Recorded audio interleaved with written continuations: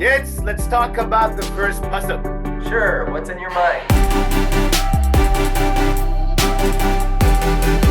This week, Parashat Tetzaveh, and not only the first pasuk, but actually the first mitzvah, the first commandment in this week's Parasha, where we find the Torah telling us about the mitzvah of Ner Tamid, a candle that has to be lit throughout the entire year, every single day, throughout the entire day in the Mikdash. And seeing this mitzvah over here in this week's Parasha, you have to ask a few things. First of all, it seems a little out of place because Moshe Rabbeinu was commanded to build the Menorah in last week's Parasha, a few prakim ago. So why suddenly now are we talking about this Ner Tamid? Why suddenly now are we talking about one of these functions of the Menorah, this candle that has to be lit? Mention it back when we were talking about the Menorah. Why now? Why here? But even more than that, we're talking about the building of the Mishkan, putting together the Mishkan, setting the Mishkan up, creating the tools for the Mishkan. So why are we talking about one of the functions, one of the jobs, one of the Avodot HaMikdash that were carried out throughout the year? Why are we talking about it now? Why here? Especially when you look at Parashat Tetzaveh is more focused on the Kohanim, the clothes they wear, and then later on how they have to carry out the first week of serving in the Mishkan Yemei HaMiluim. Parashat Tetzaveh is mainly focused on them. So why here? Why now? Why does Parashat Tetzaveh start with this mitzvah of Ner Tamid? Why is this mitzvah of Ner Tamid separated from the Menorah, from where it actually belongs? What is the purpose of this mitzvah of Ner Tamid? Actually, what makes this question even harder is the first letter the Parsha starts with, because it starts with the letter Vav, which means and, meaning this is a complete continuation of the last Parsha. You can't say, this is a new topic, new Parsha. The opposite. In the last Parsha,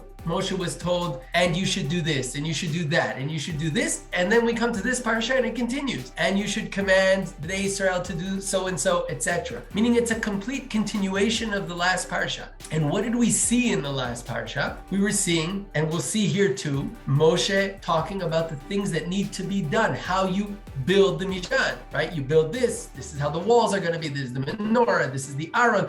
This is, as you said in this Parsha, the clothing. This is how you're going to build the Mishkan. We're not talking, as you said, yet about what you're going to be doing in the Mishkan. But obviously, if this does show up here, and it shows up as part of the bunch, even though it doesn't seem like it, somehow this is not part of what we're supposed to do in the Mishkan. This is somehow part of how we build the Mishkan. Now, how do we build the Mishkan? By Moshe being told that he has to command the Israel to bring the oil for the candle. What does that have to do with building the Mishkan? But maybe the Torah is teaching us something really important here. Building the Mishkan is not only about building the walls. It's not only about building the objects that will sit in the Mishkan. Even when we're talking about building the Mishkan, it's about building the foundations about what the Mishkan is and how it operates. Forget the actual things that are going to happen in it later. That's later. True, there are many things that are going to be done later in the Mishkan, the Korbanot, and the Menorah, and everything that's going to happen there. But there are certain things that are so fundamental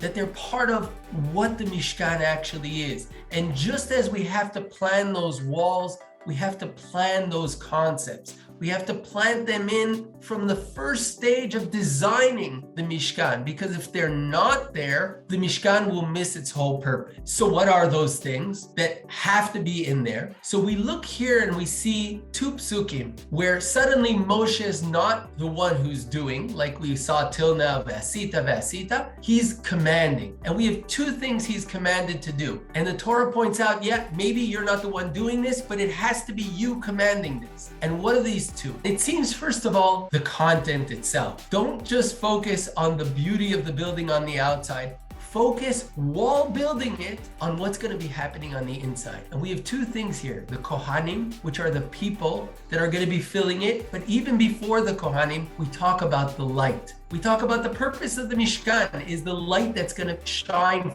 from it outwards. And the Torah tells us a really important message here. This light forever is going to come me'et b'nei Israel. This Mishkan is not just some temple controlled by these priests that run it. This has to be me'et b'nei Israel. It has to be coming. The power for this place to shine is because it's coming from all of Am Yisrael. Everyone has a part in it, and at no point, Tamid, forever, for generations, it has to be Med B'nai Yisrael. And this comes just before talking about the Kohanim, maybe intentionally. Before we go on talk about the people who will actually be doing the job there, we first say it's not about them. It's about Am Yisrael. And then as the Pasuk says, this is Me'ed B'nai Yisrael, and the next Pasuk says, and now bring the Kohanim forth. How? Mitoch B'nai Yisrael. Even when bringing the Kohanim forth, again, it's the Kohanim that are coming from within B'nai Yisrael. Their ability to do what they do is because they're sent by Am Yisrael, is because Am Yisrael is giving them the oil to do that. They're going to be the ones lighting up that Mikdash, lighting up that Mishkan, but they're going to be doing it because Am Yisrael is giving them the power to do so. So we see here these two things. While building the Mishkan, don't get too caught up on the external side, on the walls. They're important, and we're going to have a lot of details. Just before we talk about the clothes of the Kohanim, we talk about the people that these clothes are going to be covering. Don't just get caught up in the clothes. Building the Mishkan is also building the content and the purpose the Mishkan is about. But the second message is that this Mishkan is all about, as we said in last Parsha, V'shachanti b'tocham. And for that to happen, it has to be coming from all of us, not just something somewhere. Before we go on, before we continue and start talking about the Kohanim, we have to stop. Even though, as you said, this may be more relevant to things that are going to happen in the Mishkan. No, this is part of what the Mishkan is. If you want to build a Mishkan, you have to know from day one, while laying those bricks, you have to understand that the power to do this is coming from Am Yisrael. Yes, we have artists doing this, we have the Kohanim doing that, but the koach of all of this, the strength, the ability for this place to really shine, comes only because it's coming me'et b'nei Yisrael. Beautiful. And I think, like you're saying, there are some very important messages out of these few psukim in the beginning of the parasha, because as you were saying, really the separation of Ner Tamid from the Menorah teaches us a very, very important message when it comes to religion, when it comes to Jewish life, when it comes to rituals and everything we have around us, is to separate between the tools we have and the purpose for which we are using these tools. And any time in life when you have goals which you're trying to reach and you have tools which are there to help you reach those goals, it's very, very important not to confuse the two, not to turn the object, the tool, into the goal itself. And on the other hand, not try to put your own purpose, your own goals into those tools you're using, like we see so many times around us, so many times today, where people kind of take these things, these objects, these tools we have and want to use them, but they put their own purpose into it. They try to turn it into their own ideas, even into their own gods, and try to put their own thoughts, their own selves into these tools, into these objects that are meant to be there in order to connect you to the ultimate goal, to the greater goal, to worship HaKadosh Baruch Hu. And one of the more important ways to be able to use these tools the right way, to use these objects we have and make sure we're using them towards the right purpose, is to follow this Tamid, is to follow this chain that has began many, many, many years ago, all the way in Har Sinai, to follow those steps, that Tamid that has been occurring, that has been happening, and making sure we are connected to that Tamid, because that Tamid is what makes sure we are continuing to walk straight down the straight path and not mistakenly going off their different way and using these tools for something else. And maybe this is why the pasuk itself says Ledorotam, for every single generation, even today, even by us, because as you were saying, it has to come from us. These things are up to us to do, to keep.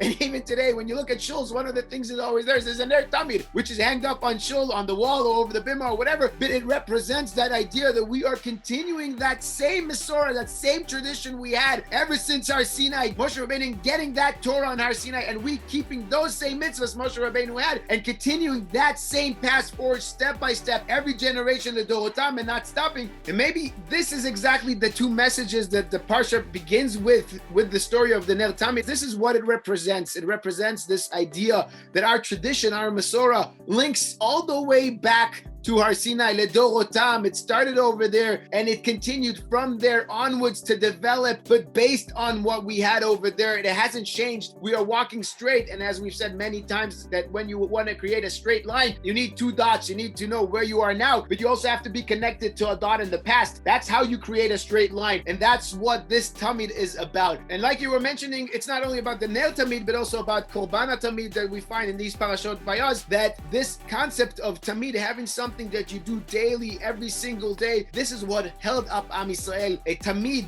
a mitzvah that came from all of Am Yisrael and was happening constantly every single day. And really, when it was canceled, Shabutala Tamid, this is one of the reasons we fast on Shiva Asar B'Tammuz. Because on Shiva Asar B'Tammuz, we have a few reasons that we fast on that day. One of them, the breaking of the first Luchot by Moshe Rabbeinu. Another one is the beginning of the Churban, when the walls of Yerushalayim were destroyed. And the third reason is Bitula Tamid, that the Tamid was canceled, and from that day onward, there was no Tamid anymore. And this linkage we see over here between the beginning of the destruction of Yerushalayim, of the Mikdash, and canceling the Tamid linked together, the same thing in the beginning of the Parsha. This is why the idea of having something constant, Ner Tamid, is part of building the Mishkan, is part of building the Mikdash, because it has to be rooted in the roots, in the foundations of the Mikdash, of the Mishkan. This concept that our tradition, that the Torah, that our Menorah is linked all the way back to Har Sinai, and has been constantly going with us every single day since then.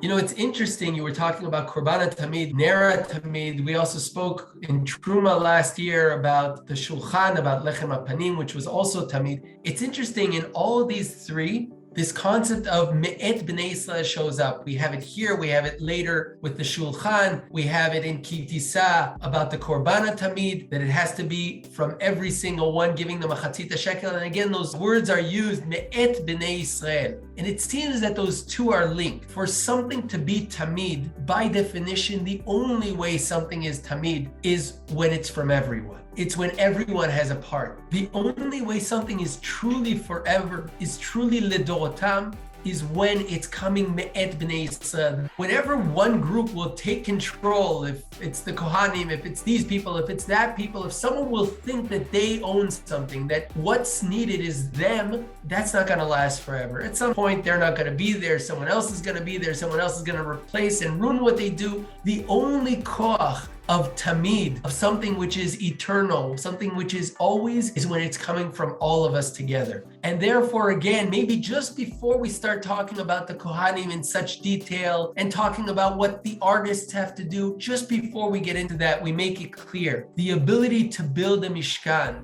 the ability to build anything that's tamid, that's eternal, comes and starts and ends with the fact that it's coming me'et b'nei Yisrael. If we're all a part of it and we all put ourselves into it, only if it really comes from all of us, then can it be the Mikdash. We don't build a Mikdash for us, for our group, for their group. This isn't another shul where everyone has to have their own shul. Building a Mishkan comes me'et b'nei Yisrael, and only then we can really achieve the Ner Tamid, the Lechem Tamid, the Korban Tamid, that ability to continue eternally ledorotam. Beautiful. And as you were saying, it comes from all of Am Yisrael, but obviously it's also up to all of Am Yisrael. It's up to all of us to continue that tummy, to continue being another link in that chain of generations in the Menorah that we have. It's up to us to keep it. It's up to us to make sure it's being kept and moved forward. And there's much more and a lot more to talk about this idea of tamid. But we're out of time, so we'll have to end here. We'll just remind the viewers again what we discussed last year in Parashat Tetzaveh. Last year, Parashat Tetzaveh was mamish on Purim Mishulash. So we discussed Parashat Tetzaveh, the clothes of the Kohanim, and Purim, the clothes we wear in Purim costumes. The Purim costumes we have, what's the idea behind the Purim costume? How is it linked to the clothes of the Kohanim? We'll link that video at the end of this one. Make sure you take a look. And if you haven't yet subscribed to our channel, please consider subscribing in the logo at the bottom of this video, or up on top right at the end of this video. And as usual, if you enjoy the video, feel free to like it, comment below, and share it with your friends to spread the Torah around. Shkoyach, Yitzi. Shkoyach, Tuvia, Shabbat Shalom. Shabbat Shalom, and in Mitzvah, we'll talk again. For more Talking Torah videos on different topics, check out our YouTube channel.